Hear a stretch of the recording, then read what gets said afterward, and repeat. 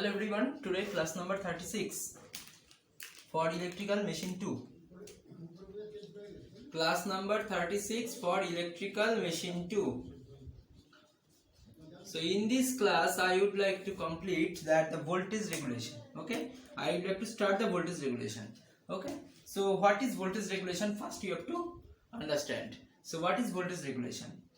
Right, voltage regulation is we know that when there is no load, then the voltage is a max voltage will be appear the maximum across the armature terminal, right? So this is the armature. Suppose we can say it is the armature, okay, the stationary armature, and within this there is if we connect no load, then if we connect the voltmeter over here, then it will read the maximum reading, okay. And if we apply any load here, then what happens? Then actually the voltage will fall. The voltage will fall to some extent.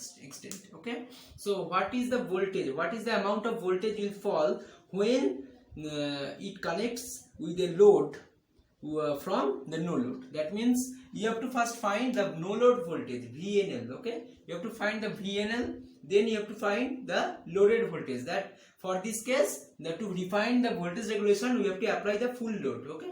So what is full load? The rated load of the alternator. So we have to first find the no load. That means when there is no load, the voltage difference in between two phase or in between phase to neutral. Okay, whatever that is, you can take it as a line voltage or you can take it as a phase voltage. Okay, whatever you can say. So it will be treated. That is VNL will be the no load voltage and VFL equals to full load voltage. Okay, so the difference of these two, that will be VNL minus VFL. With respect of VNL will be called the voltage regulation. Okay, so voltage regulation is defined as, right, voltage regulation is defined as the deviation of the voltage across the load terminal when there is no load to the full loaded condition.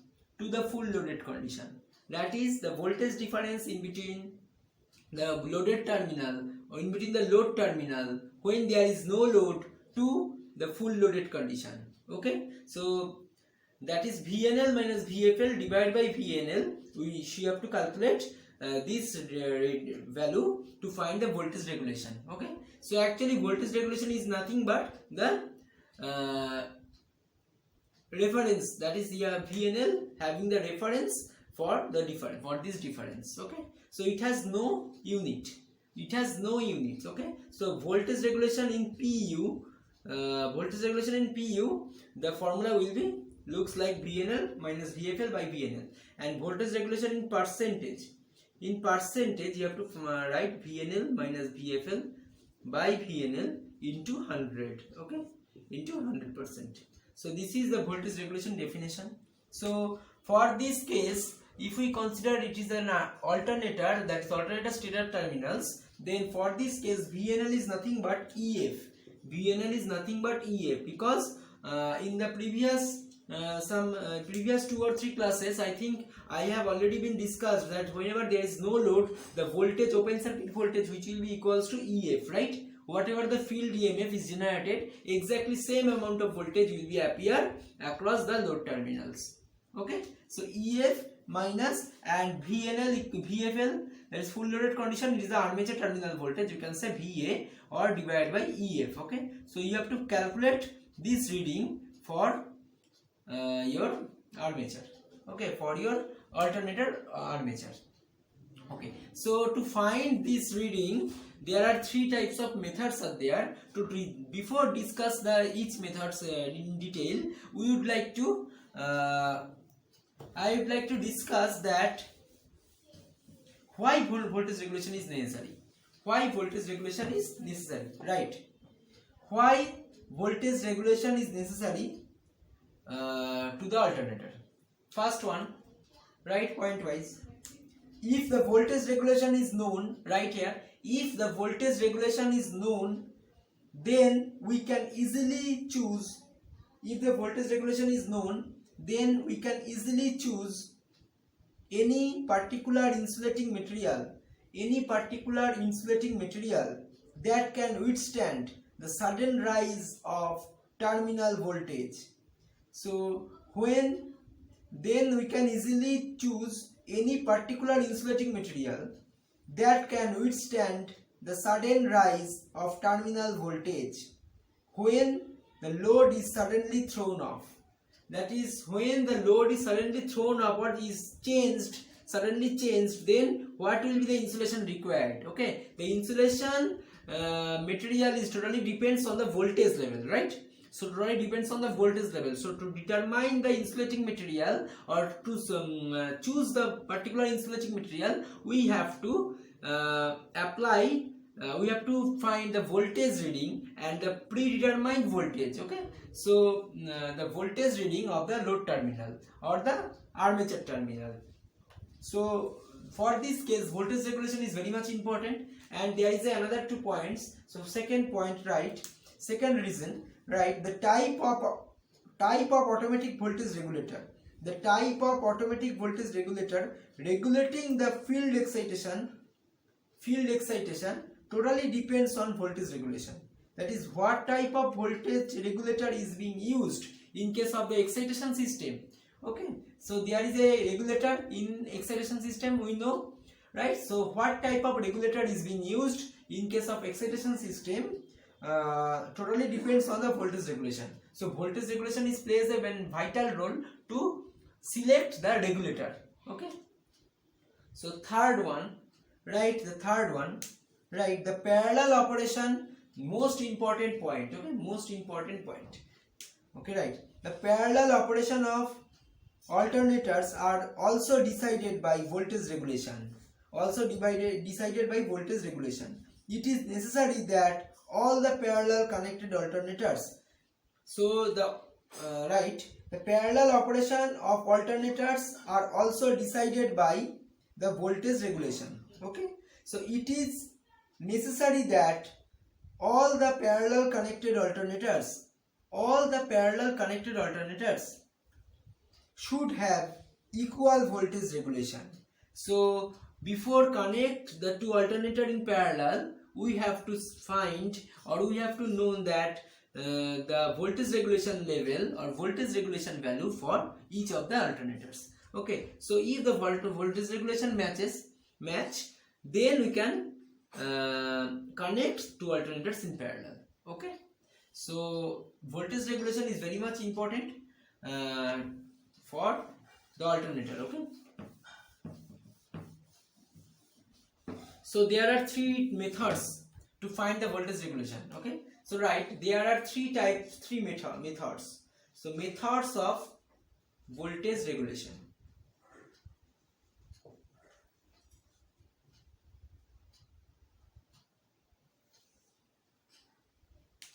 Right, there are three methods. First method is EMF method. Second method is MMF method. And third one is ZPFC method. Okay. So today I'll start the EMF method. So make some heading. Roman 1, EMF method, right? Determine the voltage regulation by EMF method. Determine the voltage regulation by EMF method. All the MMFs are represented in terms of EMF. That's why it is called EMF method. All the MMFs are represented by EMF. Okay, so that's why it is called the EMF method. Okay, and this can only be done in a cylindrical rotor alternator. It is very much important. EMF method can only be done in cylindrical rotor alternator. Okay, so there are two types of alternators are there, right? First one is cylindrical and second one is your salient pole type. So cylindrical, in case of cylindrical rotor alternator, only EMF method is being used. Okay, so that the reluctance is constant in all direction now. So as the cylindrical rotor have, so suppose this is your stator and this is the rotor. Okay, so cylindrical rotor have the constant air gap, right, throughout the whole section. So as it has the constant air gap, that means the reluctance is constant throughout the air gap. So this is the most important key. Okay, so that's why it is only can be applicable on cylindrical rotor type alternator. Okay, so EMF method is only applicable on cylindrical type rotor in alternator. So here, right, so all the MMFs should be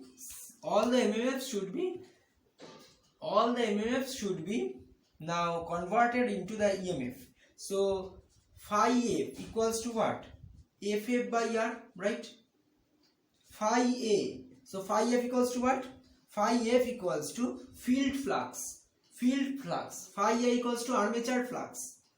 FA by R. And similarly, phi R equals to FR by R. Okay, make equation number 1, equation number 2, and equation number 3. Okay, so these three fluxes can be solved or can be represented by these MMFs, corresponding MMFs. Okay, so EF equals to what? And EF equals to, from the definition of EF, it will be d phi F by dt, right? As per the Faraday or Lenz law, EF equals to minus d dt of phi F, right? So, and it will be actually proportional to, okay, make it proportional now. So ER proportional to what? Similarly, d phi R by dt, and EA is proportional to minus of d phi A by dt, right?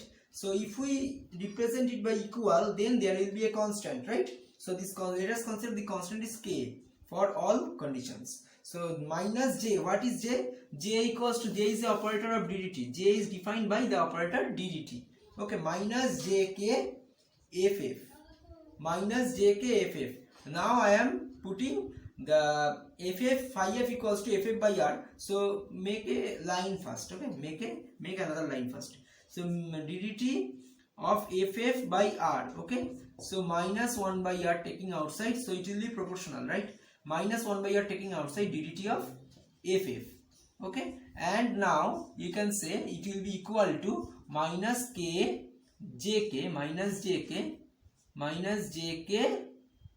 ff. Why? Because minus 1 by r is also a constant, right? So it will be 1 by r taken inside the constant k. So k equals to nothing but 1 by r into some another constant k dash. Okay, this k dash is proportionality constant.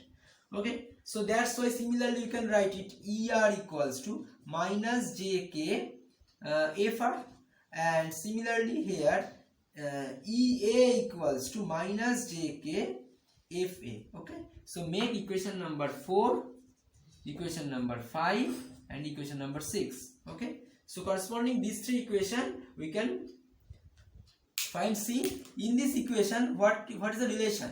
So this is EMF and this is MMF. So all the EMFs are converted into now the MMF. See, all the EMFs now are converted into the MMF. Okay, so by this way you can convert it. Okay, so next, right, neglecting the effect of magnetizing saturation. Now we neglect the magnetic saturation. So we are treating the alternator up to the magnetic saturation. Okay, neglecting the magnetic saturation. Okay, so neglecting the magnetic saturation, we can say that K equals to, what is the K? K equals to slope of the OCC, slope of the open circuit characteristics, that will be equals to EF by FF. See, so actually what is the relation? EF equals to minus JK FF, right? So similarly EF by FF equals to minus J into K. So now if we take it the modulus one, so we can say that EF by FF equals to K. So this K is nothing but the slope of this EF to the FF. Okay, so this slope of EF to FF. So that's why if we neglect the saturation, then you can easily write this relation, slope of the OCC equals to EF by FF. That means by neglecting the saturation, we are taking only the straight line of this OCC. We know the OCC looks like, what is the OCC? OCC will look like something, it will be straight and after that it will be saturated, right? So within this period amount of time, it will be completely linear. So as it is a complete linear, so it has some slope. This slope is nothing but k equals to EF by FF. Okay, this slope equals to EF by FF. Okay, so now you have to draw the phasor diagram of this EMF based method of voltage regulation. Okay, so what will be the voltage regulation? Now see, so to draw the phasor diagram, we have to set EF as a reference phasor. So as the EF is reference phasor, so FF will be leading by some angle 90 degree, right? These are already I have been discussed. So and what is EF or what is ER first? ER is nothing but it is lagging, right? ER is lagging, and it is VT. VT is also lagging, and IA is this one. Okay, so IARA. So now add this VT with IARA. So if we add the VT with IARA, then what happened? So IARA drop will be IARA. Okay, this is IARA, and if we add the IAXL, so if we make a projection on this line, so actually this amount of voltage will be E of R. So here you can say that ER equals to VT plus IARA plus IAXL. Okay, so this relation already I have been discussed, right? So ER and EF, how to equate themselves? So ER and EF have to be equate by making EA. This is EA, armature EMF. Okay, this is armature EMF and called armature reaction also. So armature EMF or called armature reaction also. Okay, so this amount is EA. So what will be the next equation? EF plus EA equals to ER, right? EF plus EA equals to ER, and we know EA equals to minus JCK IA. Okay, minus JCK IA. Why? Because F of A equals to IA into NA. So NA is constant, so we can take it in as constant. So FA equals to IA NA, as we know. FF equals to IA FA NF or IF NF, and similarly F of R equals to I of R N of R. Okay, so that's why you can take it as JCK IA. Okay, and EF equals to what? EF equals to, from this relation, ER minus EA, right? ER, so make it phasor first. Okay, make it phasor. All these things are phasor. Okay, so ER minus EA, so EA will be JCK IA, right? So ER equals to, put the value VT plus IARA plus J, so it will be JIAXL, right? JIAXL minus JCKIA. So actually EA equals to minus JCKIA. So if we put over J, it will be plus, right? Plus JCKIA, because EF equals to minus of EA. Okay, EF equals to ER minus of EA, and EA itself is a minus JCKIA. So negative will be positive one. So EF equals to VT plus IARA plus JIAXL plus JCKIA. Okay, so up to this much it is clear. So now if we solve it, then what happened? So by solving, EF equals to VT plus IA, take it as common. So if we take IA as common, or IARA left it and IA take it as common, so JIA, it will be XL plus CK, right? It will be XL plus CK. So right, to maintain the above voltage equation, CK must be a reactance. Because this is a reactance and leakage reactance, so CK must be a reactance, right? So assume CK equals to XAR called armature reaction reactance. This CK equals to armature reaction reactance. Okay, this CK equals to armature reaction reactance. Let us consider. So EF equals to, now what will be the relation? EF equals to VT plus IARA plus JIA, take it as common, XL plus XAR, right? So again VT plus IARA and plus JIA, take it as common, it will be XS. Okay, what is XS? XS equals to synchronous reactance.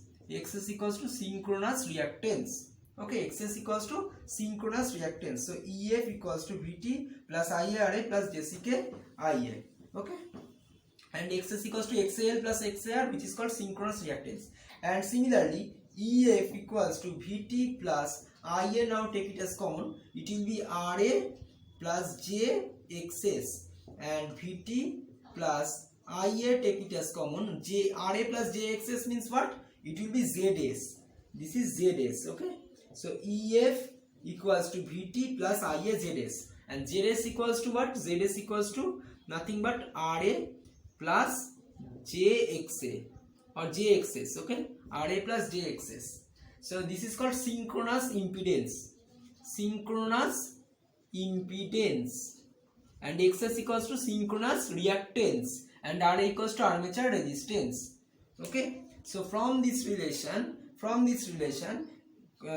will be the value of EF minus VT? EF minus VT equals to IA ZS, right? So from that, to define the voltage regulation, what will be the mother equation of voltage regulation?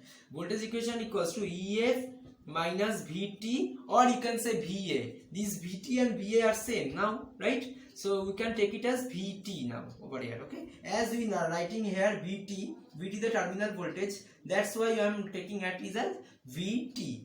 Okay, so EF minus VT by EF into 100. So that will be, what will be the voltage regulation by using the EMF method? So VT minus EF already I have been discussed, IAZS. So IAZS by EF into 100%. Okay, so IAZS by EF into 100%. Okay, so this ZS equals to what? How to find this ZS? ZS equals to open circuit voltage by short circuit voltage. Okay, so ZS is nothing but open circuit voltage by short circuit voltage, right? So ZS equals to open circuit voltage, OC voltage by SC voltage. Okay, by this equation you can determine the ZS, and now put it over here, and IA and EF already been calculated by using the open circuit test and the full load test, and applying the full load, that is IA and EF, you can find the voltage regulation directly. Okay, so this is all about the EMF method to find the voltage regulation. Okay, why it is called EMF method? Because to determine the EMF voltage regulation, we have to find the all EMF in terms of EMF. Okay, so that's why it is called the EMF method of voltage regulation. Okay, another two methods are there. Next day I will complete. So waiting for the next day. So today's class up to this much. Thank you.